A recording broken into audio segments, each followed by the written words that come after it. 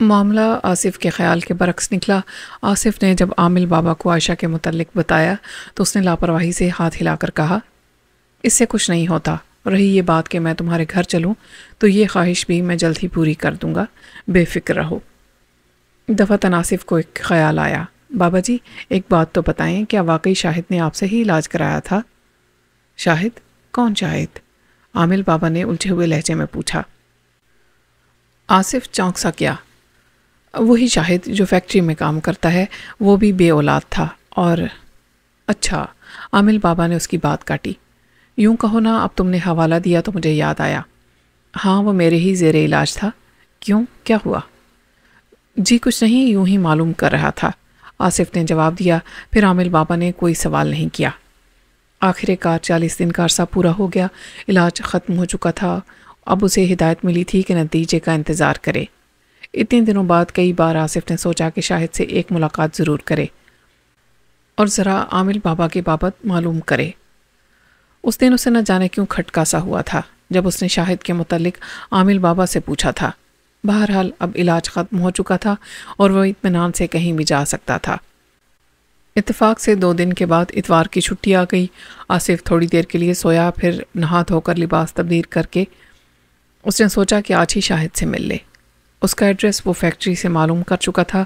وہ ناشتہ کر ہی رہا تھا کہ کلثوم آن ٹپکی۔ آ جاؤ ناشتہ کر لو۔ میں ناشتہ کر چکی ہوں۔ وہ دراصل… عائشہ مجھے اچار گوشت بنانے کی ترکیب بتا دو، کلثوم نے کہا۔ ارے تم نے کبھی اچار گوشت نہیں بنایا؟ عائشہ نے حیرت سے پوچھا۔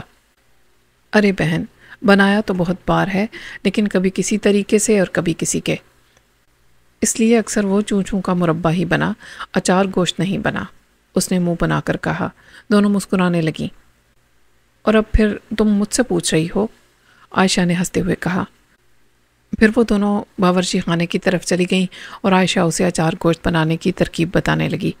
تھوڑی دیر بعد کلثوم چلی گئی اور عائشہ باورچی خانے میں آ کر مرغی دھونے لگی۔ پکانے والا اگر نفیس اور صاف ستھرا ہو تو مرغی دھونے میں کافی وقت لگتا ہے۔ یہی عالم عائشہ کا تھا۔ وہ گھر کا ہر کام بڑی توجہ سے کرتی تھی۔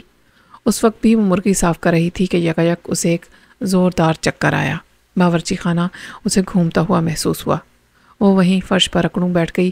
اس نے سر تھام لیا، دماغ بھائیں بھائیں کر رہا تھا۔ پھر وہ سنبھل نہ پائی، تیورا کر فرش پر گری اور بے ہوش ہو گئی۔ شاہد کچھ نرم گرم انداز میں اس سے ملا تھا۔ وہ ڈرائنگ روم میں آصف کو بٹھا کر اندرونی حصے میں چلا گیا تھا اور جب اس کی واپسی ہوئی تو اس کے ہاتھوں میں چائے کی ٹرے تھی۔ ارے یہ خامخواہ تکلیف کی تم نے، آصف بول اٹھا۔ تکلیف کی کیا بات ہے؟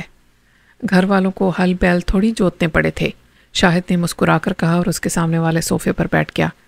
آصف نے چائے کا کپ اٹھایا اور سوچنے لگا کہ بات کیسے شروع کرے۔ شاہد اس کا جائزہ لے رہا تھا۔ ہاں بھائی، خیریت تو ہے؟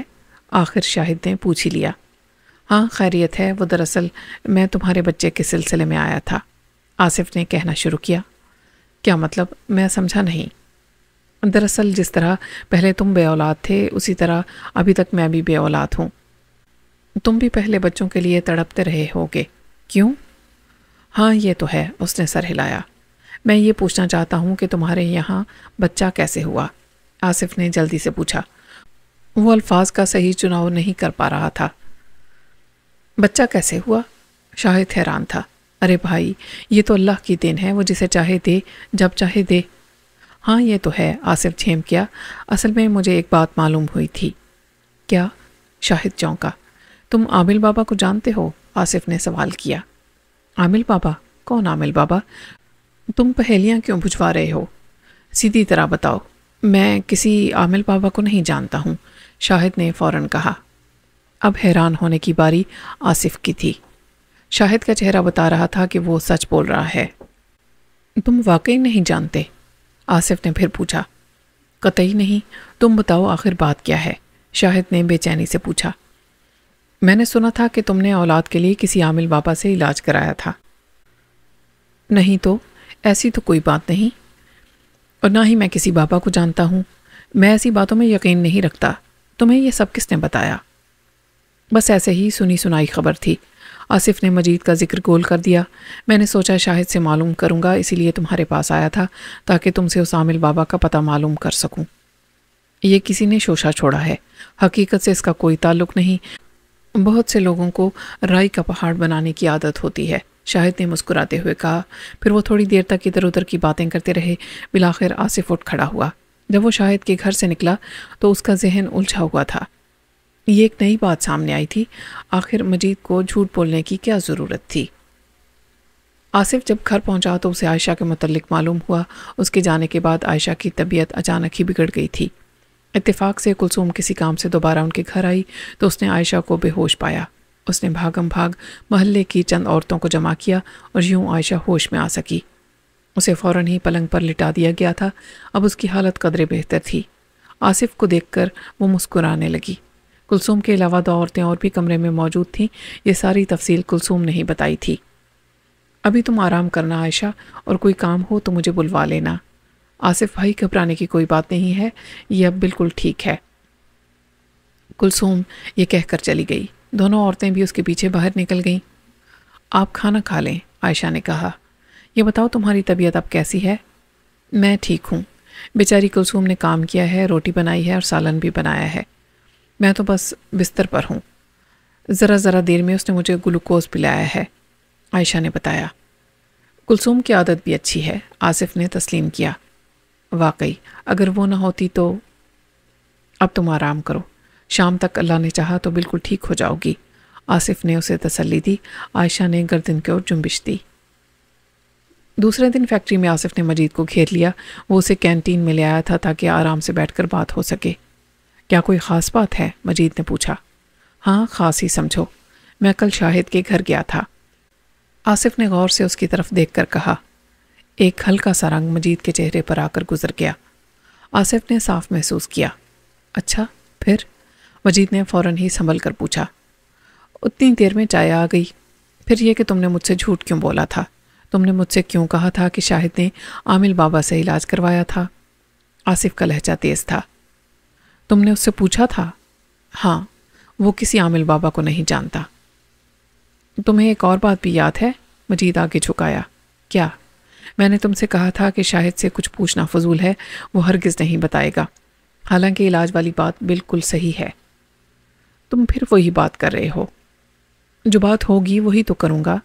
ارے خدا کے بندے، ذرا عقل سے سوچو، اگر تم عامل بابا کو فراڈ یا غلط سمجھ رہے ہو تو یہ بتاؤ کہ انہوں نے اب تک تمہاری کتنی رقم ہڑپ کی ہے؟ مجید کا لہجہ تیکھا تھا۔ آصف لاجواب ہو گیا۔ واقعی یہ بات تو تھی۔ کیا انہوں نے ایک دھیلا بھی تم سے لیا؟ اس نے پھر پوچھا۔ نہیں، تو پھر تم کس لیے بے اعتبار ہو رہے ہو؟ میری تو سمجھ میں نہیں آ رہا۔ تم ٹھیک کہتے ہو، آصف نے تائید کی۔ میرے دوست، دفعتاً مجید نے اپنا لہجہ بدل کر دھیمے انداز میں کہا، بس تم چپ چاپ بیٹھ کر تماشا دیکھو۔ اگر عامل بابا کے قائل نہ ہو جاؤ تو میرا نام بدل دینا۔ ہاں۔ چند دنوں سے جو احساس ہو رہا تھا وہ عجیب تھا۔ یوں لگ رہا تھا جیسے پورا قبرستان اس سے شکوہ کر رہا ہو، شکایت کر رہا ہو، کچھ کہہ رہا ہو۔ اسے اس قبرستان سے بہت محبت تھی، یہ سب اس کے عزیز تھے۔ انسانوں سے اس کا رشتہ تب جڑتا تھا جب وہ مردہ ہو جائیں۔ اس رات کے بعد کافی دفعہ اس نے راتوں کو اٹھ اٹھ کر قبرستان کے چکر لگائے تھے، لیکن کوئی قابل ذکر بات سامنے نہیں آئی تھی۔ آج بھی وہ تھک کر ایک چبوترے پر بیٹھا ہوا تھا۔ رات کافی گزر چکی تھی، لیکن نیند آنکھوں سے کوسوں دور تھی۔ آج موسم بھی خوشگوار تھا، ہوا سائیں سائیں کر رہی تھی۔ مطلع صاف تھا اور چاروں طرف ہلکی سی چاندنی پھیلی ہوئی تھی۔ دفعتاً کھٹ کی آواز فضا میں گونجی۔ گورکن کے کان کھڑے ہو گئے اور پھر وہ اٹھ کر اپنی کھولی کی آڑ میں چلا گیا، جہاں سے وہ بآسانی سامنے دیکھ سکتا تھا۔ اسے اب قدموں کی چاپ سنائی دے رہی تھی۔ پھر جھاڑیاں ہلنے لگیں اور وہ شخص سامنے آ گیا۔ گورکن نے دیکھا کہ آنے والا سیاہ لباس میں ملبوس تھا، دبلا پتلا اور درمیانے قد کا تھا۔ اس نے اپنے چہرے اور بالوں کے گرد کپڑا لپیٹ رکھا تھا، یوں اس کی شکل کے ساتھ ساتھ عمر بھی چھپ گئی تھی۔ اس کے بائیں کندھے پر کوئی جانور بیٹھا ہوا تھا جس کی آنکھیں اندھیرے میں چمک رہی تھیں۔ گورکن کی سمجھ میں نہ آیا کہ وہ کون سا جانور تھا۔ وہ پراسرار شخص آگے بڑھا، اس کا رخ قبروں کی طرف تھا۔ گورکن نے دم ساتھ لیا. وہ دیکھنا چاہتا تھا کہ یہ آدمی کیا کرتا ہے. اب فاصلہ بڑھ گیا تھا، لہٰذا گورکن بھی کھولی کی آڑ سے باہر نکل آیا اور قبروں کی اوٹ لیتا ہوا گھٹنوں کے بل آگے بڑھنے لگا. وہ شخص ایک قبر کے پاس جا کر رک گیا. یہ تازہ قبر تھی، حال ہی میں کسی کو دفن کیا گیا تھا.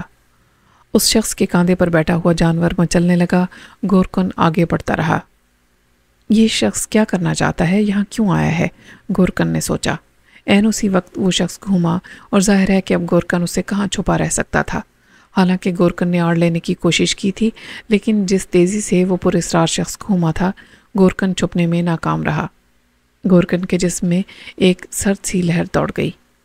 وہ اب اٹھ کھڑا ہوا اور جی کڑا کر کے چیخا. کون ہو تم؟ کیا کر رہے ہو؟ جواب میں اس شخص نے صرف ایک لفظ کہا تھا، رباشا. گورکن سمجھ نہ پایا کہ اس نے کیا کہا ہے. البتہ اس آدمی کے کندھے پر سوار جانور نے یک بیک چھلانگ لگائی اور بجلی کی سی صورت سے گورکن کی طرف بڑھا. گورکن بے ساختہ پیچھے ہٹا، لیکن اس جانور نے جست لگائی اور اس کے بائیں بازو سے چمٹ گیا. گورکن کو اپنے بازو میں آگ لگتی ہوئی محسوس ہوئی.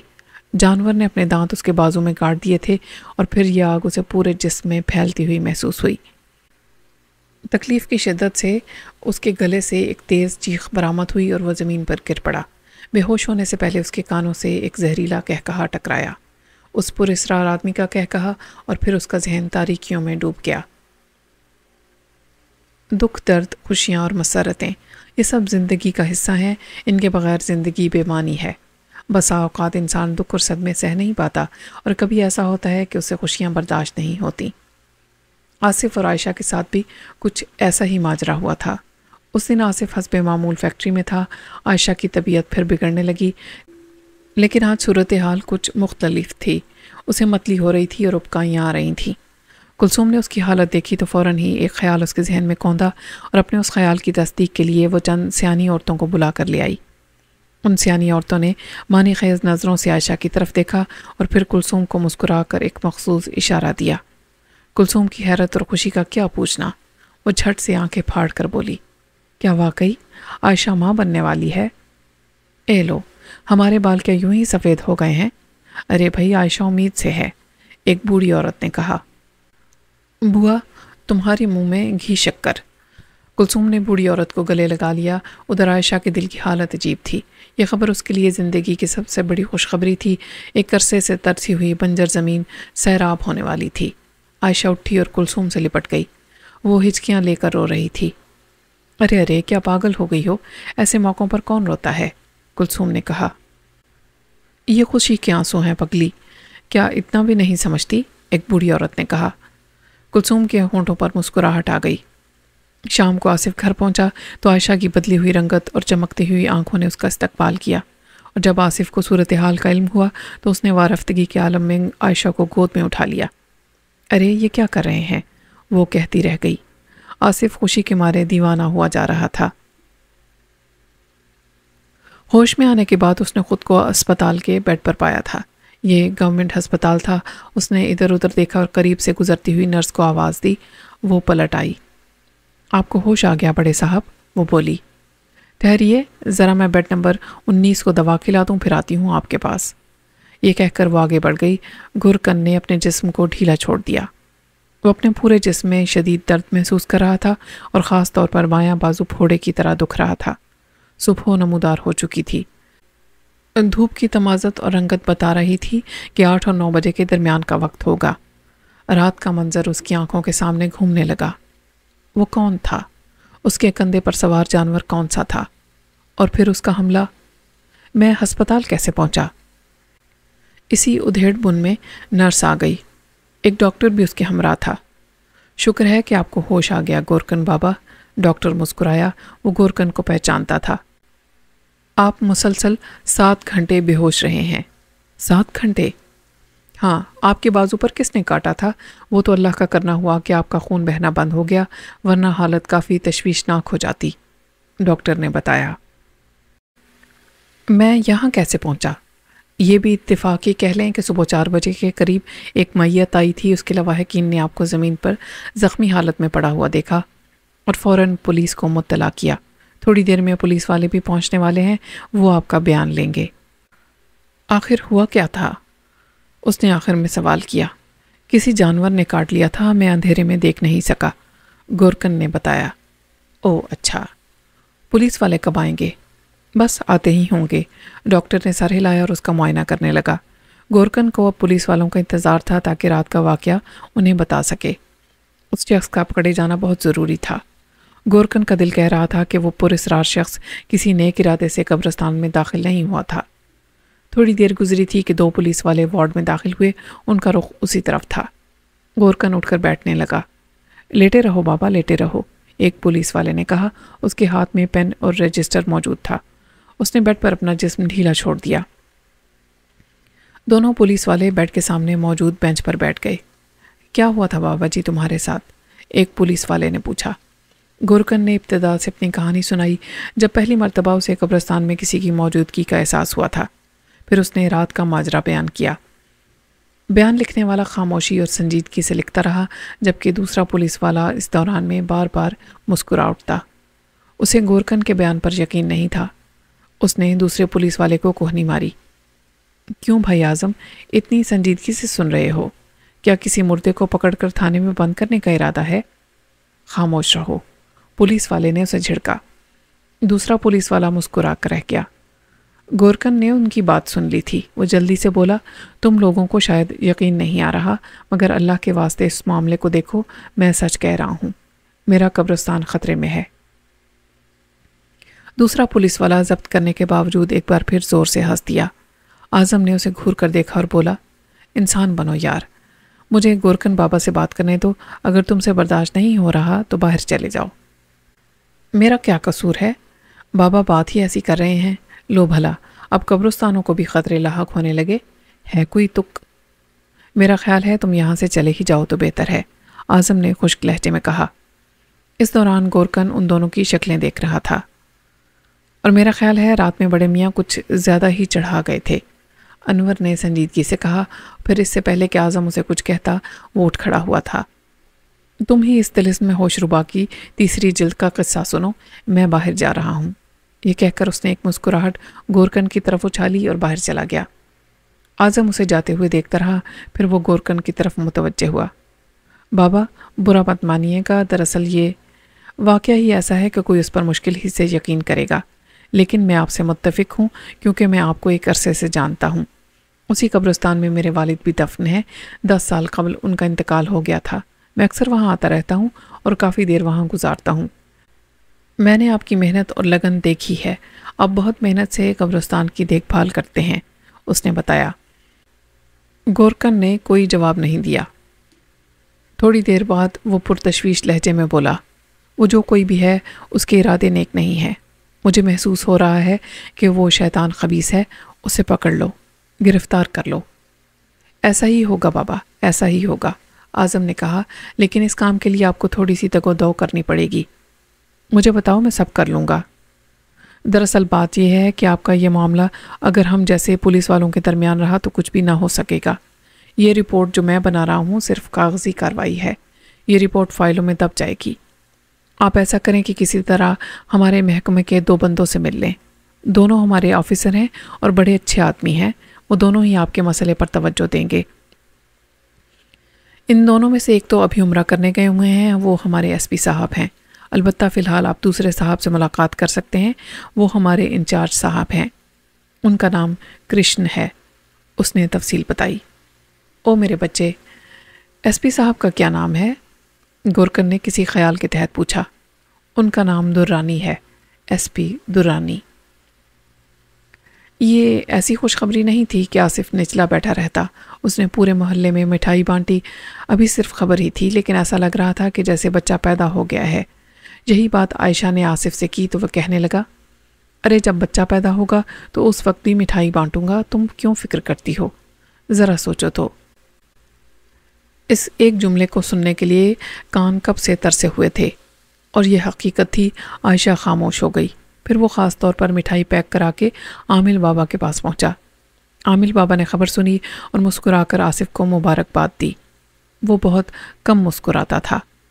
آصف کے انداز سے مسرت پھوٹی پڑ رہی تھی، اس نے بڑی عقیدت سے عامل بابا کو مٹھائی پیش کی۔ تمہاری مراد پوری ہونے والی ہے، تمہیں اپنا وعدہ تو یاد ہے نا؟ عامل بابا نے غور سے آصف کی طرف دیکھا۔ بالکل بابا جی بالکل، وہ وعدہ میں کیسے بھول سکتا ہوں؟ آصف نے سر ہلایا۔ وہ جانتا تھا کہ عامل بابا کس وعدے کی بات کر رہے ہیں، اس لیے اسے فوراً ہی یاد آ گیا۔ بس یاد ہی رکھنا۔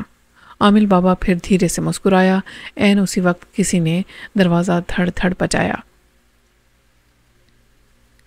اعظم نے جو کچھ گورکن سے کہا تھا وہ درست ثابت ہوا۔ تھانہ انچارج کرشن احمد بہت سلیقے کا آدمی ثابت ہوا۔ اس نے گورکن کو آرام سے بٹھا کر اس کی آپ بیتی سنی۔ درمیان میں اس نے کئی جگہ روک کر اسے کچھ سوالات کیے۔ تھوڑی دیر تک وہ کچھ سوچتا رہا اور پھر گورکن بابا کو پولیس موبائل میں چند کانسٹیبلوں کے ساتھ روانہ کر دیا۔ انچارج کرشن نے روانگی سے قبل ان کانسٹیبلوں کو ہدایت کی کہ سنجیدگی کے ساتھ گورکن کا معاملہ نمٹائیں۔ اگر گورکن نے کسی قسم کی شکایت کی تو اچھا نہیں ہوگا۔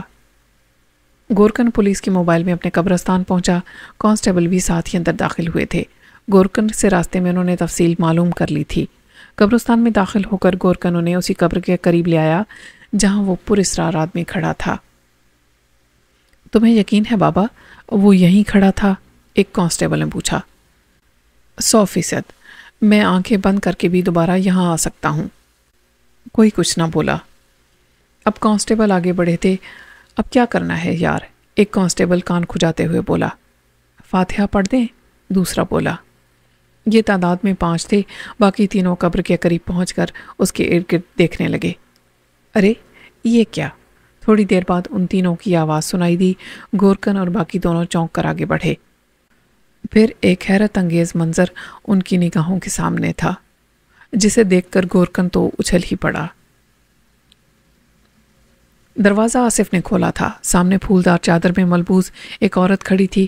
اس کا چھوٹا قد اور جسم کافی موٹاپا لیے ہوئے تھا۔ اس کا چہرہ دیکھ کر نہ جانے کیوں آصف نے کوئی اچھی رائے قائم نہیں کی تھی۔ وہ شکل سے ہی بڑی عیار اور جھگڑالو دکھائی دے رہی تھی۔ بابا جی اندر ہیں؟ عورت نے پوچھا۔ وہ کچھ بے چین نظر آ رہی تھی۔ ہاں آ جائیے، آصف نے راستہ دیا۔ وہ فوراً ہی اندر داخل ہو گئی اور تیز تیز قدم اٹھاتی ہوئی عامل بابا کے کمرے میں داخل ہو گئی۔ عامل بابا نے سر اٹھا کر اسے دیکھا اور پھر پیچھے آنے والے آصف کی طرف گردن گھما دی۔ آصف نے فوراً ہی کہا، اچھا بابا جی میں چلتا ہوں۔ عامل بابا نے سر ہلا دیا اور آصف کے جانے کے بعد عورت کی طرف متوجہ ہو گیا۔ وہ اب اس کے قریب کھسک آئی تھی۔ پھر وہ دھیمی آواز میں بولی، میرے سسر کو شک ہو گیا ہے کہ میں، لیکن تم آگے بولو۔ عامل بابا نے اس کی طرف دیکھا کہ میں اپنی ساس کا خاتمہ کرنا چاہتی ہوں۔ آج بڑے میاں نے میرا پیچھا بھی کیا ہے۔ میں غچہ دے کر یہاں تک پہنچی ہوں، اس نے بتایا۔ عامل بابا کے ہونٹوں پر ایک بے ساختہ مسکراہٹ دوڑ گئی۔ ارے آپ ہنس رہے ہیں اور میری جان عذاب میں آ گئی ہے، عورت اٹلا کر بولی۔ ساتھ ہی اس کا بھدا جسم تھل تھلایا۔ تمہاری ساس کا اب کیا حال ہے؟ جیسا میں نے سوچا تھا اس سے بھی بدتر۔ آپ کا دیا ہوا سفوف اتنا کارگر ہے کہ اب وہ پلنگ سے مشکل سے ہی اٹھ پاتی ہے۔ یہی کافی ہے یا؟ عامل بابا بولتے بولتے رک گیا۔ میں نے یہ کام آپ کے ہاتھ میں سونپا ہے اور مجھے یقین ہے کہ آپ اسے پورا کر کے چھوڑیں گے۔ خود بریو ذمہ ہو رہی ہو؟ عامل بابا نے پوچھا۔ یہ سن کر وہ عورت کہا مار کر ہنسی، پھر وہ جلد ہی سنجیدہ ہو کر بولی، اب میں کیا کروں؟ 2 دن کے بعد آنا، میں تمہیں پانی دوں گا، کسی بھی طرح وہ تمہارے سسر کے پیٹ میں اترنا چاہیے۔ یہی تو مشکل ہے، بڑے میاں نے میرے ہاتھ کی پکی ہوئی ہر چیز کھانا چھوڑ دی ہے، اس نے منہ بنایا۔ اب میں خود تمہارے گھر میں آ کر یہ کام کرنے سے رہا؟ تم اتنی ہوشیار ہو، ذرا سا کام نہیں کر سکتی؟ اچھا کوشش کرتی ہوں، اس نے کندھے اچکائے۔ تھوڑی دیر بعد وہ چلی گئی۔ اس کے جانے کے بعد عامل بابا نے ایک تھیلی اٹھائی اور اس میں رکھا ہوا گوشت تھیلی سے باہر نکالنے لگا۔ قبر کے ایک کونے میں کافی بڑا سوراخ تھا۔ اس کے ارد گرد کھدی ہوئی مٹی کے آثار صاف دکھائی دے رہے تھے۔ یہ سوراخ اس نوعیت کا تھا کہ چک کر غور سے دیکھنے پر نظر آ رہا تھا۔ یہ سوراخ کس طرح ہوا؟ کس نے کیا؟ گورکن کے منہ سے خوف اور حیرت کے مارے نکلا۔ سب نے اس کی طرف ایک نظر دیکھا اور پھر دوبارہ سوراخ کا جائزہ لینے لگے۔ ایسا لگ رہا ہے جیسے کسی چوہے وغیرہ نے اپنا بل بنایا ہو، ایک کانسٹیبل نے خیال ظاہر کیا۔ چوہا نہیں، اس خبیث آدمی کے کندھے پر سوار اس منحوس جانور کا کام ہے یہ، گورکن نے فوراً ہی کہا۔ مجھے یقین ہے یہ اسی کا کام ہے۔ کانسٹیبلوں نے ایک دوسرے کی طرف دیکھا، صلاح مشورہ کیا اور پھر موبائل کے وائرلیس سیٹ کے ذریعے تھانے میں یہ خبر پہنچا دی۔ آدھا گھنٹہ گزرا ہوگا کہ انچارج خود وہاں آ پہنچا۔ اس نے قبر کا جائزہ لیا۔ یہ قبر زیادہ پرانی نہیں تھی۔ آخر کار یہ فیصلہ کیا گیا کہ مردے کے لواحقین کو مطلع کر کے قبر کھدوائی جائے۔ اس کام میں قریباً 1 گھنٹہ مزید صرف ہوا۔ قبر کی کھدائی ہونے کے بعد جب نعش نکالی گئی تو سبھی حیرت زدہ رہ گئے۔ کئی ایسے بھی تھے جن کی آنکھوں میں خوف دوڑ گیا۔ نعش کا بایاں ہاتھ کلائی سے غائب تھا۔ میں نے پہلے ہی کہا تھا۔ گورکن کی آواز میں کپ کپاہٹ تھی۔ کوئی بات ضرور ہے۔ اف میرے خدا! کوئی کچھ نہ بولا۔ سب کو جیسے سانپ سونگھ گیا تھا۔ پھر انچارج نے قبرستان کے چاروں طرف نظریں دوڑائیں۔ اس کی آنکھیں گہری سوچ میں ڈوبی ہوئی تھیں۔ اس کے ماتحت منتظر تھے کہ اب کیا حکم ملتا ہے۔ وہ تھوڑی تھوڑی دیر کے بعد اس کی طرف دیکھنے لگتے۔ نعش سامنے پڑی ہوئی تھی اور کلائی کے اوپر بھنبوڑے جانے کے واضح نشانات موجود تھے۔ گورکن بابا، دفتن انچارج مڑا۔ آپ کو اندازہ نہیں ہے کہ وہ کون سا جانور تھا؟ نہیں، البتہ میرے خیال میں وہ نیولا تھا۔ گورکن نے ذہن پر زور دیا۔ نیولا۔ انچارج نے بے خیالی میں نام کے 2 ٹکڑے کر دیے۔ پھر وہ اپنے ماتحتوں کی طرف گھوما۔ نعش کو پوسٹ مارٹم کے لیے بھجوا دو اور اب تم لوگوں کا کام یہ ہے کہ قبرستان کا اچھی طرح جائزہ لو۔ میں اور بھی نفری بھجوا دیتا ہوں۔ دیکھنا یہ ہے کہ کسی اور قبر میں تو کوئی ایسا سوراخ نہیں ہے۔ اور ہاں، یہ کام روا روی سے نہیں ہونا چاہیے۔ یہ کوئی گہرا معاملہ دکھائی دیتا ہے۔ آصف بہت خوش تھا۔ یہی وجہ تھی کہ اس نے ایک دن موڈ میں آ کر عامل بابا کو اپنے گھر پر کھانے کی دعوت دے ڈالی، اور سونے پر سہاگا یہ کہ اس دعوت کو قبول بھی کر لیا گیا۔ پھر کیا تھا؟ آصف بھاگم بھاگ گھر پہنچا، عائشہ کو اس بات سے آگاہ کیا۔ دعوت کا پروگرام دوسرے دن کا تھا۔ عائشہ بھی خوش ہوئی کہ چلو اس بہانے سے عامل بابا کے درشن ہو جائیں گے۔ دوسرے دن آصف نے فیکٹری کی چھٹی کی تھی، دعوت کے انتظامات جو کرنے تھے۔ اس نے بازار سے سامان لا کر گھر میں دے دیا۔ دوپہر کے بعد عائشہ تیاریوں میں مصروف ہو گئی۔ یہ بات کلثوم سے کیسے چھپی رہ سکتی تھی؟ چنانچہ وہ بھی عائشہ کا ہاتھ بٹانے کے لیے اپنے گھر کے کاموں سے فارغ ہو کر ادھر ہی چلی آئی۔ کلثوم کے آنے کے بعد عائشہ کے کئی کام آسان ہو گئے۔ دعوت کا انتظام کافی معقول دکھائی دینے لگا۔ کئی چیزیں تیار ہو چکی تھیں۔ اب کلثوم کو اپنے گھر کی فکر ہوئی، کیونکہ اس کے بچے اس دوران میں کئی مرتبہ آ کر اسے پریشان کر چکے تھے۔ وہ اپنے گھر چلی گئی۔ عائشہ نے فرشی چادر وغیرہ ایک کمرے میں بچھا کر سلیقے سے سامان رکھنا شروع کیا۔ ادھر آصف عامل بابا کو لے کر آنے کے لیے روانہ ہو چکا تھا۔ اب عائشہ اس کا انتظار کر رہی تھی۔ 1.25 گھنٹے کے بعد آصف کی واپسی ہوئی۔ عامل بابا کو آصف ٹیکسی میں لے کر آیا تھا۔ عائشہ نے دروازے کی اوٹ سے دیکھا۔ ایک بوڑھا سا آدمی آصف کے ہمراہ تھا۔ آصف نے ٹیکسی سے اتر کر اس کے لیے دروازہ کھولا تھا۔ عائشہ نے دروازے کی اوٹ سے ہی بوڑھے کا جائزہ لیا۔ پہلی ہی نظر میں ایک عجیب سا تاثر اس کے ذہن میں ابھرا۔ درمیانہ قد، دبلا پتلا کمزور سا جسم، سر کے بال تقریباً سفید، چہرہ داڑھی مونچھ سے بے نیاز۔ لیکن اس کے جسم کی سب سے خاص بات اس کی آنکھیں تھیں۔ اتنی چمکتی ہوئی اور توانائی سے بھرپور آنکھیں عائشہ نے بہت کم دیکھی تھیں۔ بوڑھے کی آنکھوں میں گویا برقی رو دوڑ رہی تھی، اور پھر اچانک ہی عائشہ چونکی۔ بوڑھے کی گردن کا رخ اسی طرف گھوما تھا۔ عائشہ کو یوں لگا جیسے اس نے دروازے کی در سے عائشہ کو دیکھ لیا ہو۔ وہ فوراً ہی دروازے سے ہٹ گئی۔ دعوت کا پرتکلف انتظام دیکھ کر عامل بابا مسکرا دیا۔ آصف نے عائشہ کو کمرے میں ہی بلا لیا تھا تاکہ عامل بابا سے ملاقات بھی ہو جائے اور وہ کھانا بھی نکال کر دے سکے۔ کھانے کے دوران عامل بابا نے رسمی سی گفتگو کی تھی۔ عائشہ اس کی آنکھوں سے کترا رہی تھی۔ عامل بابا سے مل کر اس کے دل میں کوئی اچھا تاثر قائم نہیں ہوا تھا۔ وہ کھانے کی بے پناہ تعریفیں کر رہا تھا۔ جواباً آصف مسکرا کر اس کا شکریہ ادا کرتا رہا۔ عائشہ وہاں رکی نہیں، دوسرے کمرے میں چلی آئی۔ کسی کے یہاں کوئی مہمان آئے اور یہ ہو ہی نہیں سکتا کہ محلے والوں کو خبر نہ ہو۔ خاص طور پر جب مہمان کوئی پیر یا بزرگ ہو تو محلے کی عورتیں بابا کے درشن کیے بغیر نہیں رہتیں۔ اس وقت بھی یہی ہوا اور نتیجتاً عورتوں کی ایک ٹیم تیار ہو کر عائشہ کے گھر پہنچ گئی۔ عائشہ گھبرا اٹھی، لیکن وہ انہیں کس طرح ٹالتی؟ ان میں کلثوم بھی شامل تھی۔ عائشہ نے فوراً ہی اسے آنکھیں دکھائیں۔ قسم لے لو، وہ فوراً بولی، میں نے کچھ نہیں بتایا۔ ان سب کو اندر بلانا پڑا۔ اس وقت عائشہ سوچ رہی تھی کہ آصف بعد میں اس پر غصہ کرے گا، مگر وہ کرتی بھی کیا۔ اندر دونوں کھانے سے فارغ ہو کر بات چیت کر رہے تھے جب عورتوں نے کمرے میں دھاوا بول دیا۔ اتنی عورتوں کو دیکھ کر عامل بابا کے چہرے پر چند لمحوں کے لیے ناگواری کے آثار پھیلے اور پھر معدوم ہو گئے۔ اس نے سب کے سلام کا ہاتھ اٹھا کر جواب دیا۔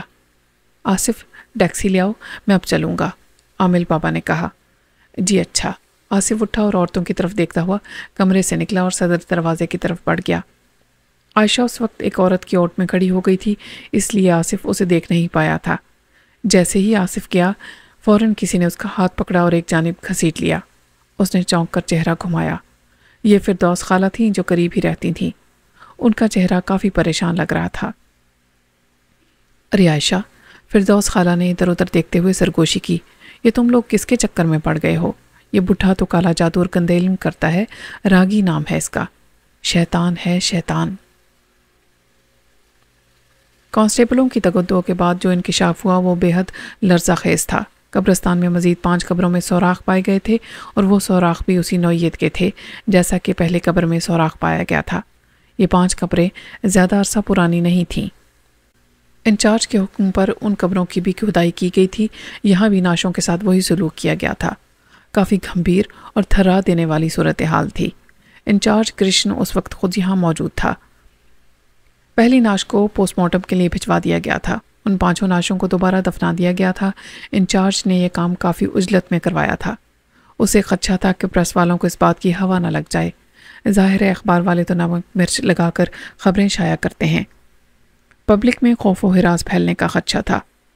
ایک بار پھر قبرستان کی تلاشی کا کام شروع ہوا، لیکن ان 6 سوراخوں کے علاوہ کوئی اور سوراخ نہ ملا۔ گورکن کو ہسپتال بھیج دیا گیا تھا تاکہ اس کا علاج مکمل ہو پائے۔ ابھی اسے مزید طبی امداد کی ضرورت تھی۔ اب انچارج نے ٹرانسمیٹر پر پوسٹ مارٹم کے سیکشن سے رابطہ کیا۔ دوسری طرف سے ڈاکٹر نے بتایا، نعش کے ہاتھوں کو دانتوں سے کاٹا گیا ہے اور یہ دانت کسی زہریلے جانور کے ہیں۔ کس جانور کے؟ انچارج نے پوچھا۔ میرے خیال سے کتا ہو سکتا ہے، دوسری طرف سے کہا گیا۔ کیا آپ لوگ اس جانور کی نشاندہی نہیں کر سکتے؟ مشکل ہے، اثرات تو ہم نے بتا دیے۔ وہ جانور ایسا ہے کہ اگر زندہ انسان کو کاٹ لے تو اس کے جسم میں زہر پھیل جانے کا خدشہ ہے۔ ایسے آدمی کی فوراً ٹریٹمنٹ ہونی چاہیے، ورنہ سیپٹک ہو سکتا ہے، اور یوں بھی دانتوں میں عموماً زہر پایا ہی جاتا ہے۔ ڈاکٹر نے تفصیل بتائی۔ اچھا، شکریہ۔ یہ کہہ کر انچارج نے رابطہ ڈسکنیکٹ کر دیا۔ اس کی آنکھیں گہری سوچ میں ڈوبی ہوئی تھیں۔ آصف عامل بابا کو ان کے آستانے پر چھوڑ کر جب واپس آیا تو عائشہ کا چہرہ دیکھ کر چونک اٹھا۔ عورتیں اپنے گھر جا چکی تھیں۔ کیا ہوا عائشہ، تمہاری طبیعت تو ٹھیک ہے؟ اس نے فوراً عائشہ کے قریب بیٹھتے ہوئے پوچھا۔ عائشہ کا چہرہ سوتا ہوا تھا، وہ کافی پریشان دکھائی دے رہی تھی۔ آصف، وہ بولتے بولتے رک گئی اور ہونٹوں پر زبان پھیرنے لگی۔ کہو عائشہ، رک کیوں گئی؟ تم ناراض ہو جاؤ گے۔ ایسی بھی کیا بات ہے کہ میں ناراض ہو جاؤں گا؟ جلدی سے بتاؤ۔ نہیں، تم برا مان جاؤ گے۔ عائشہ بضد تھی۔ ارے بابا، نہ ناراض ہوں گا نہ برا مانوں گا، اب بتاؤ۔ آصف نے محبت سے اس کا ہاتھ تھام لیا۔ عائشہ اپنے ہاتھوں کے ناخنوں کی طرف دیکھتے ہوئے بولی، جو عورتیں ہمارے گھر آئی تھیں ان میں فردوس خالہ بھی تھیں۔ وہ عامل بابا کو اچھی طرح جانتی ہیں۔ انہوں نے مجھے چپکے سے بتایا کہ یہ کوئی بابا نہیں ہے بلکہ جادوگر ہے، کالے جادو اور سفلی جادو کے گندے علم کرتا ہے۔ وہ عامل بابا کو جانتی ہیں؟ آصف نے پوچھا۔ ہاں، وہ تو ان کا نام بھی جانتی ہیں۔ عامل بابا کا نام انہوں نے راگی بتایا تھا۔ وہ عامل بابا کو کس وجہ سے جانتی ہیں یہ بتایا انہوں نے؟ آصف نے پھر سے سوال کیا۔ میں نے پوچھا تھا، عائشہ فوراً بولی۔ چونکہ کافی عورتیں اس وقت موجود تھیں اس لیے وہ کہنے لگیں کہ میں پھر کسی وقت آ کر تمہیں بتاؤں گی۔ آصف تھوڑی دیر کے لیے خاموش رہا۔ وہ کچھ سوچ رہا تھا، پھر اس نے دھیمی آواز میں کہا، دیکھو عائشہ، ایک بات ٹھنڈے دل سے سوچو اور یہ بتاؤ کہ کیا عامل بابا نے اب تک ہمیں کوئی نقصان پہنچایا ہے؟ نہیں تو، عائشہ ہکلائی۔ بس تو پھر ہمیں اس بات سے کوئی غرض نہیں ہونی چاہیے کہ وہ کون ہیں اور کیا ہیں۔ البتہ ہمیں ان سے جو فائدہ ہوا ہے وہ تمہارے سامنے ہے۔ کچھ ہی دنوں کے بعد ہم دونوں ماں باپ بن جائیں گے اور یہ سب عامل بابا کی دعا اور دوا کی کرامت ہے۔ کیوں ہے نا؟ آصف نے اسے سمجھایا۔ اس بات کا عائشہ کیا جواب دیتی؟ وہ خاموش رہی۔ اسے ماں جی سے کہا ہوا عہد یاد آ گیا، ورنہ وہ آصف کو بتاتی کہ اولاد ہونے کی خوشخبری اسے عامل بابا سے پہلے ہی مل چکی ہے۔ علاج شروع ہونے سے قبل ہی اسے معلوم ہو چکا تھا کہ وہ ماں بننے والی ہے۔ وہ یہ سب آصف کو کیسے بتاتی؟ کیا سوچنے لگیں؟ چھوڑو ان باتوں کو، لوگ تو بس باتیں بناتے ہیں۔ جب ہمیں اولاد کی محرومی تھی تو لوگوں نے کیا کیا؟ مجھے یہی مشورہ ملا نا کہ دوسری شادی کر لوں۔ کیوں؟ آصف کا لہجہ تلخ ہو گیا۔ آپ ٹھیک کہہ رہے ہیں۔ عائشہ نے فوراً ہی خود کو سنبھالا، وہ نہیں چاہتی تھی کہ آصف کا موڈ خراب ہو۔ انہوں نے کھانے میں کوئی شکایت تو نہیں کی؟ عائشہ نے موضوع بدلا۔ تم شکایت کہہ رہی ہو؟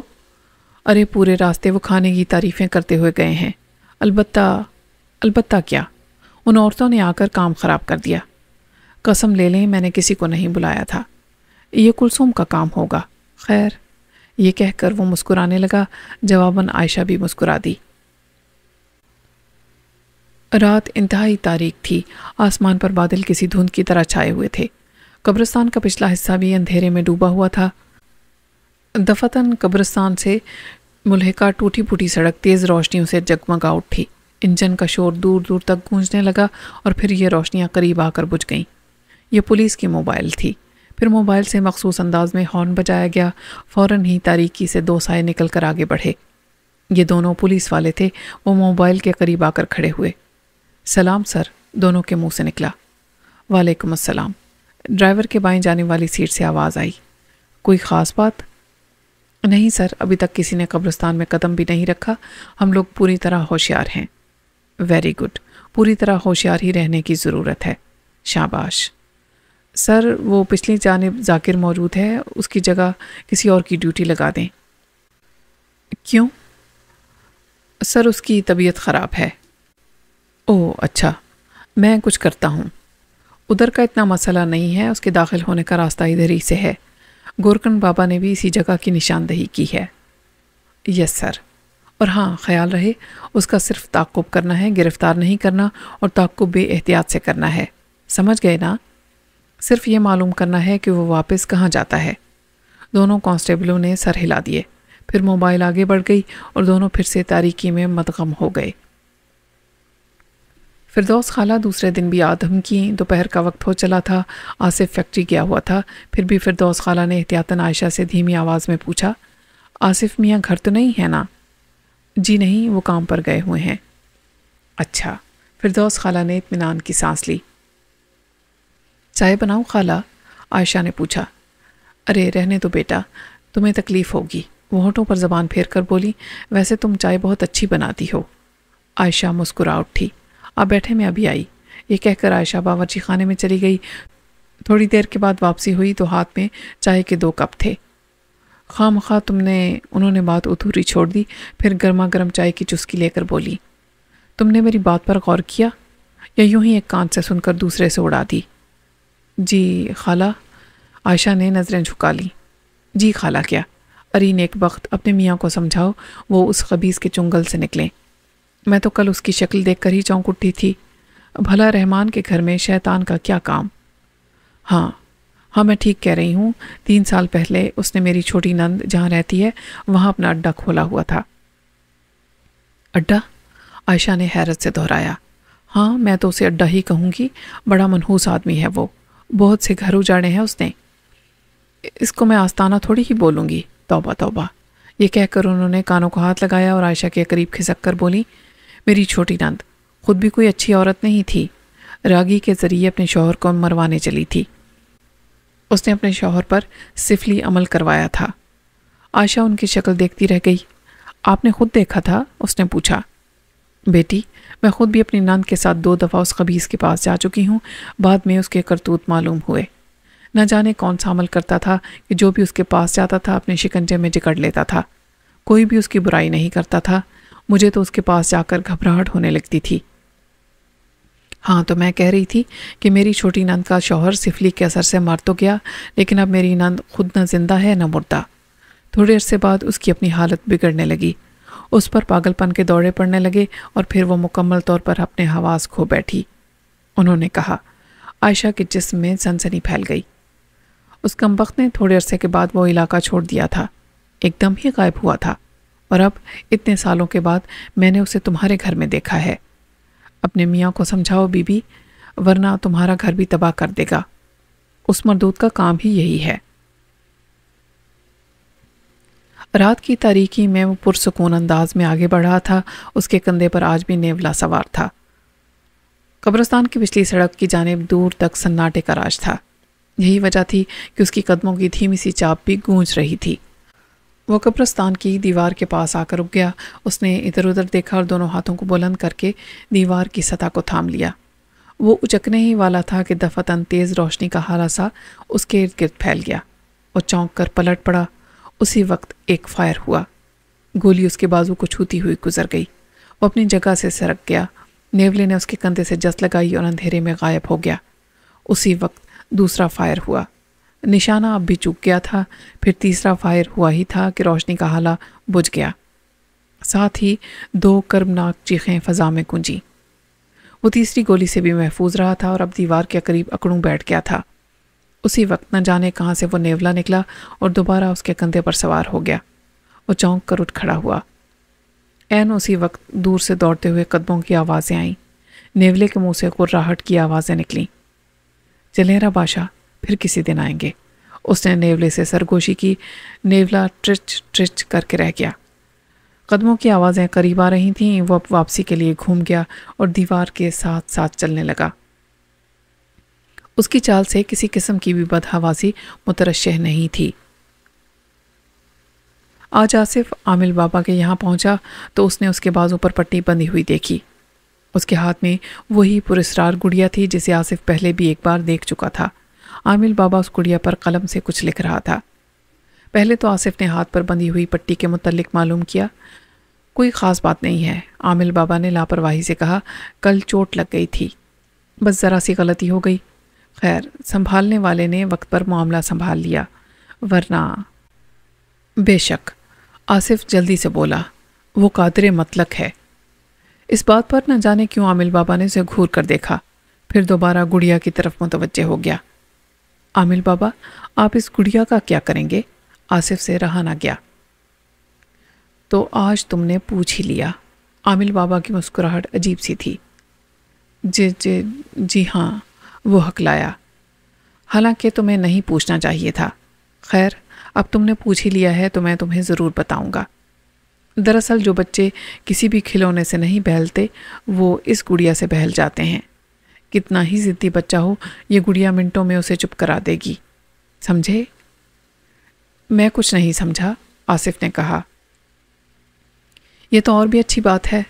ارے ہاں، مجید اگر تمہیں فیکٹری میں ملے تو اس سے کہنا کہ بابا تمہیں یاد کر رہے ہیں. جی اچھا. تمہاری بیوی کی طبیعت اب کیسی ہے؟ بالکل ٹھیک ہے بابا جی. آصف اب بھی چور نظروں سے گڑیا کی طرف دیکھ رہا تھا. عامل بابا نے اسے غور سے دیکھا. پھر اس نے گڑیا کو ایک لفافے میں ڈال دیا. خاکی رنگ کا کاغذی لفافہ تھا وہ. یہ لو، اس لفافے کو لال گراؤنڈ میں پھینک دینا اور وہاں سے اپنے گھر چلے جانا. خیال رہے واپسی پہ پیچھے مڑ کر مت دیکھنا ورنہ نقصان اٹھاؤ گے. عامل بابا کے آخری الفاظ تحکمانہ تھے. آصف نے ہاتھ بڑھا کر لفافہ ان کے ہاتھ سے لے لیا. بابا جی، لال گراؤنڈ تو یہاں سے بہت دور ہے. آصف چھٹکا. میں جانتا ہوں، ایک بار پھر یاد دلا رہا ہوں کہ پیچھے مڑ کر مت دیکھنا. بس اب جاؤ. اسے وہاں پھینک آؤں؟ آصف نے سوال کیا. پھینک آؤں نہیں، بلکہ اسے وہاں کسی کونے میں پھینک کر گھر چلے جانا. آصف مزید کوئی بات نہ کر سکا. اب وہ کہتا بھی کیا؟ عامل بابا نے پہلی دفعہ اسے کوئی کام دیا تھا اور وہ بھی اتنا عجیب و غریب. وہ سلام کر کے چل دیا. لال گراؤنڈ بھی ان اجڑے ہوئے پارکوں میں سے ایک تھا جو عوام اور گورنمنٹ کی ملی بھگت سے ویران ہو چکے تھے. جب یہ گراؤنڈ نیا نیا تعمیر ہوا تھا تو اس میں پھول، پودے، گھاس پھوس، درخت سبھی کچھ تھا. باقاعدہ لائٹنگ کا انتظام کیا گیا تھا. گراؤنڈ کے اطراف میں الیکٹرک پول لگائے گئے تھے. لیکن پھر بھی یہ پارک عدم تحفظ کا شکار ہوا اور رفتہ رفتہ اس کی حالت بدتر ہوتی رہی. صحیح کسر علاقے کے شرارتی بچوں نے پوری کر دی. وہ بلبوں پر نشانے بازی کیا کرتے تھے. آصف کافی دیر تک پیدل چلنے کے باوجود بھی لال گراؤنڈ سے بھی کافی دور تھا. سورج ڈوبے ہوئے تھوڑی دیر گزری تھی. شام کا جھٹپٹا بھی باقی تھا.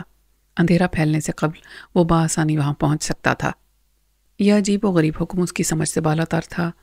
ہو سکتا ہے عامل بابا نے کوئی مذاق کیا ہو، مگر مذاق کس لیے؟ دفعتاً یوں ہی چلتے چلتے ایک خیال اس کے ذہن میں ابھرا. کیوں نہ گڑیا کا جائزہ لیا جائے؟ عامل بابا نے صرف یہ کہا تھا کہ پیچھے مڑ کر مت دیکھنا، انہوں نے کسی اور بات سے تو منع نہیں کیا۔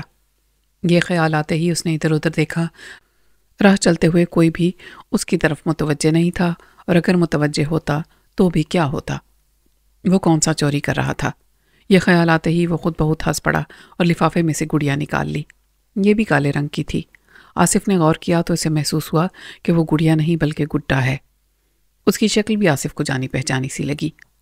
یہ کس کا چہرہ تھا؟ وہ کئی بار اس گڈے کی شکل سے ملتے جلتے چہرے والے آدمی سے مل چکا تھا۔ کب اور کہاں یہ اسے یاد نہ آ سکا۔ ذہن پر زیادہ زور دینے کی وجہ سے اب وہ الجھن کا شکار ہو رہا تھا۔ لاکھ کوشش کے باوجود اسے وہ شخص یاد نہ آ سکا۔ تنگ آ کر اس نے گڈے کو دوبارہ لفافے میں ڈال دیا۔ لال گراؤنڈ بھی اب زیادہ دور نہیں تھا۔ اس نے اپنی رفتار تیز کر دی۔ لال گراؤنڈ پہنچ کر اس نے ادھر ادھر دیکھا، لفافے میں سے گڈا نکالا اور ایک کونے میں ڈال کر آگے بڑھ گیا۔ اس کا رخ دوسرے دروازے کی طرف تھا۔ وہ سیدھا چلتا ہوا باہر نکلا۔ اس کا ظاہری انداز یہ بتا رہا تھا کہ اس نے صرف گراؤنڈ کراس کیا ہے، تاکہ اگر پیچھے کوئی آ رہا ہو تو اسے کوئی غیر معمولی بات محسوس نہ ہو۔ یوں بھی آصف مڑ کر نہیں دیکھ سکتا تھا۔ واپسی کے لیے لمبا چکر کاٹنا پڑا تھا۔ اب وہ تیزی سے قدم اٹھا رہا تھا۔ دفعتاً چلتے چلتے اس نے محسوس کیا جیسے اس کے ساتھ ساتھ عقب میں کوئی چل رہا ہو۔ وہ پلٹنے ہی والا تھا کہ اسے عامل بابا کی ہدایت یاد آ گئی۔ وہ ضبط کر کے چلتا رہا۔ آصف، آصف، ذرا دیکھو۔ اچانک پیچھے سے کسی نے اسے مخاطب کیا۔ اب کہ وہ رہ نہ سکا اور پیچھے گھوما۔ دوسرا لمحہ انتہائی حیران کن تھا۔ اس کے عقب میں کوئی بھی موجود نہیں تھا۔ دونوں کانسٹیبل مردہ پائے گئے تھے۔ ان کی لاشیں خون میں تربتر تھیں۔ دونوں کے نرخرے بری طرح ادھیڑے گئے تھے۔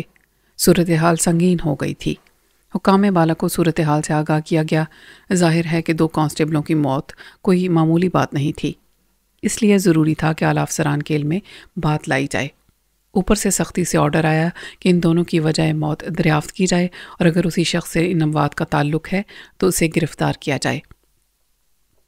اس وقت جو دوسرے کانسٹیبل قبرستان کی نگرانی کر رہے تھے، انہوں نے بتایا کہ ہم نے فائرنگ کی آوازیں سنی اور ہم اس جانب دوڑ پڑے، اور جب ہم وہاں پہنچے تو ان دونوں کی لاشیں خون میں لت پت تھیں اور دور دور تک کوئی موجود نہیں تھا۔ وقفے وقفے سے 3 فائر ہوئے تھے، وہ بھی انہی دونوں میں سے کسی ایک کی پستول سے۔ انچارج نے دونوں کو مداخلت کرنے سے سختی سے منع کیا تھا، اس کے باوجود فائر کیے گئے تھے۔ کیوں؟ اس کا جواب دینے والے اب اس دنیا میں موجود نہیں تھے۔ اخبار والوں نے جو سرخی اخبار میں لگائی تھی وہ کچھ اس طرح تھی: قبرستان کی 4 دیواری میں 2 کانسٹیبل پراسرار طور پر ہلاک ہو گئے، ان کے نرخرے ادھیڑ دیے گئے۔ پولیس مارٹم کے لیے لاشیں بھجوا دی گئی تھیں، اور جب ان کی رپورٹ آئی تو صورتحال کچھ واضح ہو گئی۔ یہ بھی کسی جانور کی کارستانی تھی جس نے ان دونوں کے نرخرے ادھیڑ ڈالے تھے۔ جس کام کو وہ معمولی سمجھ رہا تھا وہ کتنا بھاری پڑ رہا تھا۔ اسے وہم نہیں ہوا تھا اور نہ ہی وہ کوئی خواب دیکھ رہا تھا۔ اس نے وہ آواز اپنے کانوں سے سنی تھی جیسے کسی نے اسے مخاطب کیا ہو۔ ذرا دیر کو وہ پریشان سا ہو گیا۔ اب وہ تیز تیز قدم اٹھا رہا تھا، اور جب تک وہ اس علاقے کی حدود سے نکل نہیں گیا یہ احساس قائم رہا کہ اب بھی کوئی اس کے پیچھے چل رہا ہے۔ لال گراؤنڈ کی حدود ختم ہوتے ہی یہ احساس بھی ختم ہو گیا۔ اس نے سکون کی طویل سانس لی۔ اسی وقت اسے احساس ہوا کہ اس کا جسم پسینے سے شرابور ہے۔ جب وہ گھر پہنچا تو اس کے چہرے سے تھکن کے آثار نمایاں تھے۔ عائشہ نے فوراً ہی پوچھا، کیا ہوا؟ آپ کا چہرہ کیوں اترا ہوا ہے؟ طبیعت تو ٹھیک ہے؟ ہاں، اس نے طویل سانس لی اور صوفے پر ایک جھٹکے سے دراز ہو گیا۔ کافی دور سے پیدل چلا ہوں اس لیے تھک گیا ہوں۔ کہاں گئے تھے آپ؟ عامل بابا نے ایک کام بتایا تھا، وہی کرنے گیا تھا۔ انہوں نے کیا بتایا تھا؟ بس ایسے ہی، تم جلدی سے چائے پلا دو، گرما گرم ہونی چاہیے، تھک گیا ہوں۔ کھانا نہیں کھائیں گے؟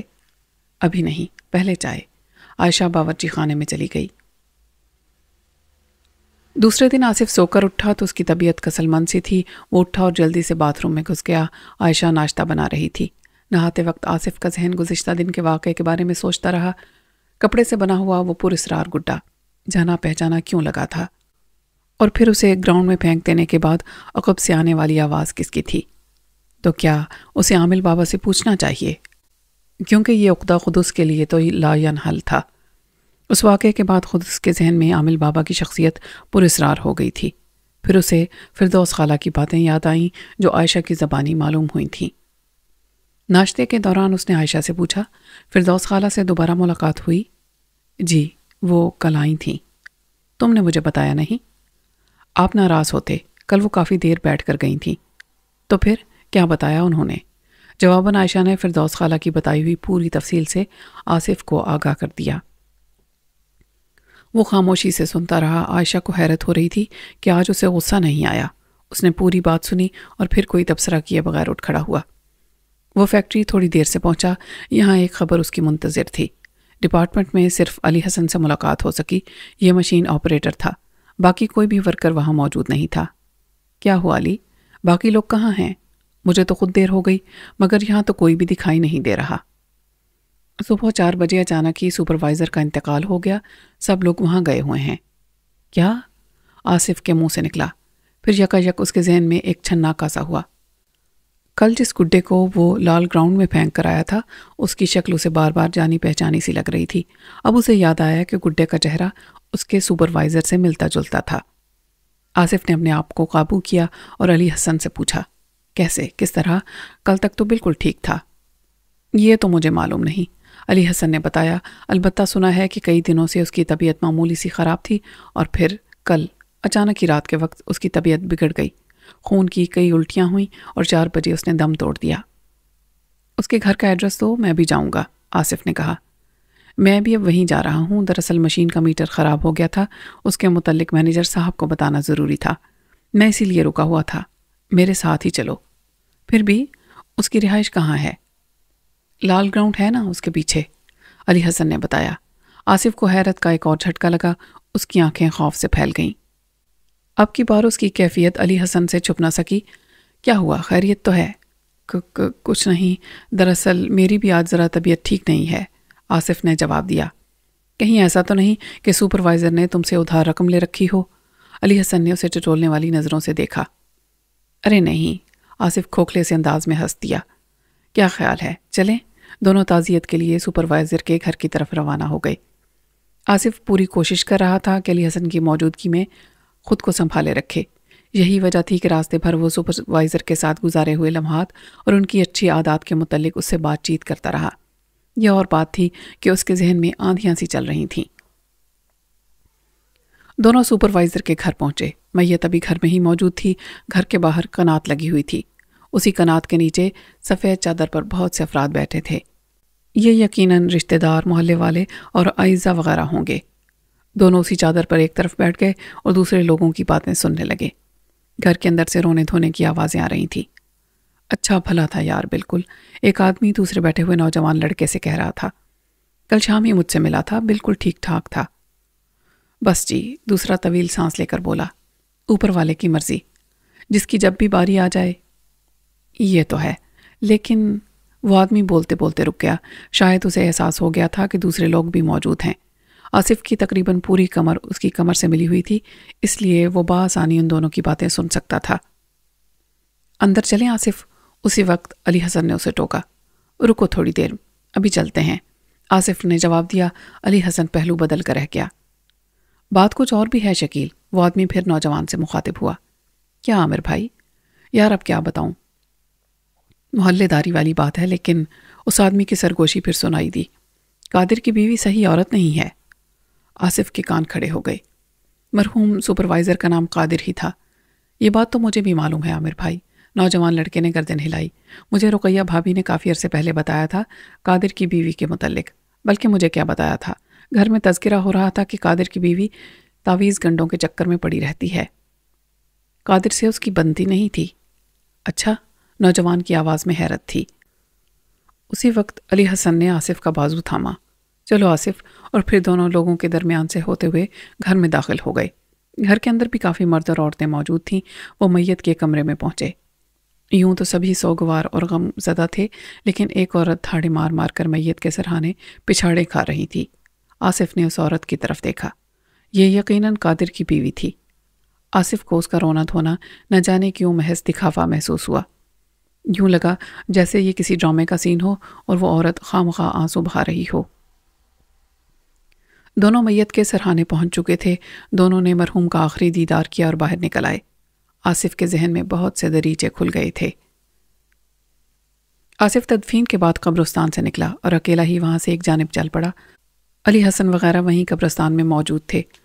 آصف کی ذہنی کیفیت ایسی تھی کہ وہ اس وقت صرف تنہائی چاہتا تھا۔ اس نے ایک ہوٹل کا رخ کیا، ایک میز منتخب کی اور کونے میں کرسی کی پشت سے سر ٹکا کر بیٹھ گیا۔ اس کا ذہن بہت تیزی سے کام کر رہا تھا۔ عامل بابا سے پہلی بار ملاقات سے لے کر اب تک کے واقعات کسی فلم کی طرح اس کی نظروں کے سامنے گھومنے لگے۔ اسے فردوس خالہ کی کہی ہوئی باتیں بھی یاد آئیں۔ عامل بابا کا نام انہی کے توسط سے معلوم ہوا تھا، راگی۔ یہ کیسا نام ہے؟ کیا وہ ہندو ہیں؟ آصف جب بھی ان کے پاس گیا تھا اس نے سلام کیا تھا، لیکن اسے کبھی جواب نہیں ملا تھا۔ عامل بابا صرف گردن یا ابرو کو جنبش دیتے تھے، اور پھر وہ پر اسرار گڈا، اس کا چہرہ جانا پہچانا محسوس ہونا، سپروائزر کا انتقال اور پرسے کے لیے آئے ہوئے ان دونوں افراد کی گفتگو۔ پر اسرار گڈے کی شکل ہو بہو سپروائزر قادر سے مشابہ تھی۔ تو کیا؟ جی صاحب، کیا لاؤں؟ اچانک ہی ایک آواز نے اس کے خیالات بکھیر دیے۔ اس نے چونک کر سر اٹھایا۔ سامنے ہوٹل کا بیرا کھڑا تھا۔ چائے لے آؤ اور پیٹیز بھی لے آؤ، اس نے کہا۔ بیرا چلا گیا اور ایک بار پھر وہ سوچ کے سمندر میں غرق ہو گیا۔ اگر فردوس خالہ کی بتائی ہوئی تمام باتوں کو غلط مانا جائے تو پھر یہ سب کیا تھا؟ اس گڈے کی شکل کا سپروائزر کی شکل سے مشابہ ہونا، سپروائزر کا انتقال، تعزیت کے لیے آئے ہوئے دو افراد کی گفتگو، اور پھر اس کی بیوی کا بناوٹی رونا دھونا، یہ سب کس طرف کا اشارہ تھا؟ یہ بھی اتفاق ہی تھا کہ عامل بابا نے گڈا اسی کے حوالے کیا۔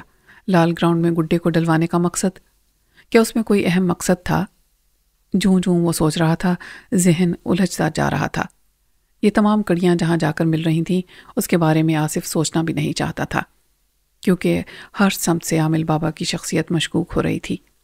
بہرحال اس نے ایک فیصلہ کیا، اور وہ یہ کہ آئندہ وہ جس حد تک ممکن ہوگا عامل بابا سے کترانے کی کوشش کرے گا۔ اسے ان سب باتوں کا فی الحال یہی حل نظر آ رہا تھا کہ وہ عامل بابا سے نہ ملے۔ بہرا نہ جانے کب چائے اور پیسٹری رکھ کر جا چکا تھا۔ اچانک ہی سائڈ پر رکھے ہوئے فون کی گھنٹی بجی۔ کافی دن کے بعد آج ہی اسے سکون کی نیند نصیب ہوئی تھی۔ فون کی گھنٹی وقفے سے گونجتی رہی اور آخر کار اسے ریسیور اٹھانا پڑا۔ ہیلو، کرشن بول رہا ہوں، اس نے بھرائی ہوئی آواز میں کہا۔ پھر اس نے ایک زوردار جمائی لی۔ غنود کی پوری طرح مسلط تھی، لیکن پھر دوسری طرف آواز سن کر وہ چونک اٹھا اور فوراً بیڈ سے اتر گیا۔ اس نے دیوار گیر گھڑی پر نظر ڈالی۔ رات کے ٹھیک 3 بجے تھے۔ اچھا، ٹھیک ہے، ہاں، اسے اپنا کام پورا کرنے دو۔ جو بھی کرے تم لوگوں کو کوئی غرض نہیں ہونی چاہیے۔ بس جب وہ اپنا کام پورا کر کے باہر نکل آئے تو اس کا تعاقب کر کے اس کا گھر معلوم کرنا ہے، یا جہاں بھی وہ جائے۔ بس صرف اتنا کرو کہ یہ دیکھو کہ وہ کہاں جاتا ہے۔ یہ کہہ کر دوسری طرف کی بات سنتا رہا۔ ہاں، اس بات کو ذہن میں رکھنا کہ کوئی اسے چھیڑنے کی کوشش نہ کرے۔ ٹھیک ہے، میں وہاں پہنچنے کی کوشش کرتا ہوں۔ ضروری نہیں ہے کہ میں وہاں وقت پر پہنچ جاؤں، وہی ہونا چاہیے جو میں نے کہا ہے، ٹھیک ہے؟ یہ کہہ کر اس نے ریسیور رکھ دیا۔ بیڈ کی دوسری جانب نگاہ ڈالی۔ اس کی بیوی اب تک بے خبر پڑی سو رہی تھی۔ اس نے بستر چھوڑ دیا اور اٹھ کھڑا ہوا۔ آصف نے عامل بابا سے ملنا جلنا قطعاً ترک کر دیا تھا۔ سپروائزر قادر کی موت کے بعد اس نے ادھر کا رخ بھی نہیں کیا تھا۔ اس بیچارے کی موت بھی کسی مہمے سے کم نہیں تھی۔ کافی دن سے اسے سینے میں معمولی سی تکلیف محسوس ہوتی رہی تھی، اور پھر اچانک ہی اس رات کو اس نے ایک خون کی الٹی کی اور دم توڑ دیا۔ یہ تفصیل آصف کو بعد میں معلوم ہوئی تھی، اور پھر تھوڑے دن تک یہ خبر بھی ڈپارٹمنٹ میں گردش کرتی رہی کہ قادر کی بیوی نے جادو ٹونے کے ذریعے اپنے شوہر کو ہلاک کر دیا ہے۔ سچ کبھی نہیں چھپتا، حقیقت سامنے آ ہی جاتی ہے۔ لوگ بلا وجہ ایسی باتیں نہیں کر رہے تھے، آصف اکثر سوچتا۔ پھر وہ گھڑی آن پہنچی جس کا مدت سے اسے انتظار تھا۔ عائشہ کی طبیعت بگڑ گئی اور اسے درد ذہ شروع ہو گیا۔ آصف اسے ہسپتال لے کر پہنچا۔ عائشہ کو فوراً ایڈمٹ کر لیا گیا۔ تھوڑی دیر کے بعد محلے کی چند عورتیں آ پہنچی، کلثوم بھی ان میں شامل تھی۔ اس نے آصف کو مشورہ دیا کہ اپنے قریبی رشتہ داروں کو مطلع کرے۔ آصف نے اس کی بات کو ایک کان سے سنا اور دوسرے سے اڑا دیا۔ وہ اپنے رشتہ داروں سے رابطہ ختم کر چکا تھا۔ دوسری طرف عائشہ کی خالہ کا 2 سال قبل انتقال ہو گیا تھا۔ چنانچہ اب یہی محلے والے ان کے عزیز اور رشتہ دار تھے۔ کسی وقت بھی کوئی اہم خبر ملنے والی تھی۔ آصف کے دل کا عجیب عالم تھا۔ جسم میں چونٹیاں سی رینگ رہی تھیں۔ وہ بے چینی سے وارڈ کے سامنے ٹہل رہا تھا۔ پھر وارڈ کا دروازہ کھلا اور نرس کا مسکراتا ہوا چہرہ دکھائی دیا۔ آصف اس کی جانب لپکا۔ مبارک ہو، 2 جڑواں بچے ہوئے ہیں۔ سچ؟ آصف خوشی کے مارے اچھل پڑا۔ جی ہاں، بس ذرا دیر انتظار کیجیے۔ نرس واپس وارڈ میں چلی گئی۔ مبارک ہو، مبارک ہو۔ آصف کو عورتوں کا شور سنائی دیا۔ اس کا جی چاہ رہا تھا کہ وہ ناچنے لگے۔ کہاں تو وہ ایک بچے کو ترس رہا تھا اور کہاں قدرت نے اسے جڑواں بچے عطا کر دیے۔ اس نے مالک کا لاکھ لاکھ شکر ادا کیا۔ وہ ہنس ہنس کر مبارک دینے والیوں کو جواب دے رہا تھا۔ آصف بھائی، کلثوم چہکی، اب آپ جلدی سے مٹھائی کے ٹوکرے کا انتظام کیجیے، 1 کلو سے کام نہیں چلے گا۔ کوئی مسئلہ نہیں، جتنی تم کہو گی اتنی مٹھائی منگوا لوں گا۔ آصف خوش دلی سے مسکرایا۔ اچھا تو پھر ایسا کریں، مٹھائی کی پوری دکان اٹھا کر لے آئیں، کلثوم بولی۔ دوسری عورتیں مسکرانے لگیں۔ آصف کوئی جواب دینے ہی والا تھا کہ عین اسی وقت کسی نے اس کے کندھے پر ہاتھ رکھا۔ وہ چونک کر مڑا اور پھر جیسے اسے سانپ سونگھ گیا۔ سامنے عامل بابا کھڑا مسکرا رہا تھا۔ جب انچارج وہاں پہنچا تھا تو پراسرار شخص اپنی کارروائی مکمل کر کے قبرستان سے رخصت ہو چکا تھا اور اس کے تعاقب میں کانسٹیبل بھی روانہ ہو گئے تھے۔ یہ تفصیل اسے دوسرے کانسٹیبلوں نے بتائی تھی۔ کیا تم لوگوں نے دیکھا کہ اس نے قبرستان میں کیا کیا تھا؟ انچارج نے پوچھا۔ نہیں سر، ہم میں سے کوئی بھی اپنی جگہ سے نہیں ہلا۔ ٹھیک ہے، میں تھانے جا رہا ہوں۔ وہ لوگ واپس آ جائیں تو تم سب وہیں آ جانا۔ یہاں اب تم لوگوں کی ضرورت نہیں ہے، اور کوئی خاص بات ہو تو موبائل کا ٹرانسمیٹر استعمال کرنا۔ جب تک تم لوگ واپس نہیں آ جاتے میں تھانے میں موجود رہوں گا، انچارج نے کہا۔ وہ اپنی موٹر سائیکل پر یہاں پہنچا تھا۔ پھر اس نے موٹر سائیکل سٹارٹ کی اور تھانے کی طرف روانہ ہو گیا۔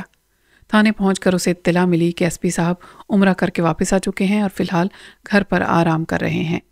انچارج نے چائے منگوائی۔ ایک بار پھر اس کے ذہن پر نیند کا حملہ ہو رہا تھا۔ چائے پی کر وہ تھوڑی دیر وہاں بیٹھنے کے قابل ہو جاتا اور پھر تقریباً پون گھنٹے کے بعد ان کانسٹیبلوں کی واپسی ہوئی۔ انچارج نے فوراً ہی انہیں کمرے میں طلب کر لیا۔ کیا رپورٹ ہے؟ سر، وہ شخص رفت نگر کے ایک مکان میں داخل ہوا تھا، تعاقب کرنے والوں میں سے ایک کانسٹیبل نے بتایا۔ رفت نگر؟ اچھا، کسی کو وہاں چھوڑ کر آئے ہو؟ جی ہاں، سلیم اور محمود وہاں موجود ہیں۔ گڈ۔ اسے معلوم تو نہیں ہوا کہ تم لوگ اس کا پیچھا کر رہے ہو؟ نہیں سر، ہم نے کافی فاصلہ رکھا تھا۔ گڈ۔ صبح یہ معلوم کرنا ہے کہ وہ کون ہے اور اس کا نام کیا ہے، وہ کیا کرتا ہے، اس کے ساتھ اور کون کون ہے۔ جی سر۔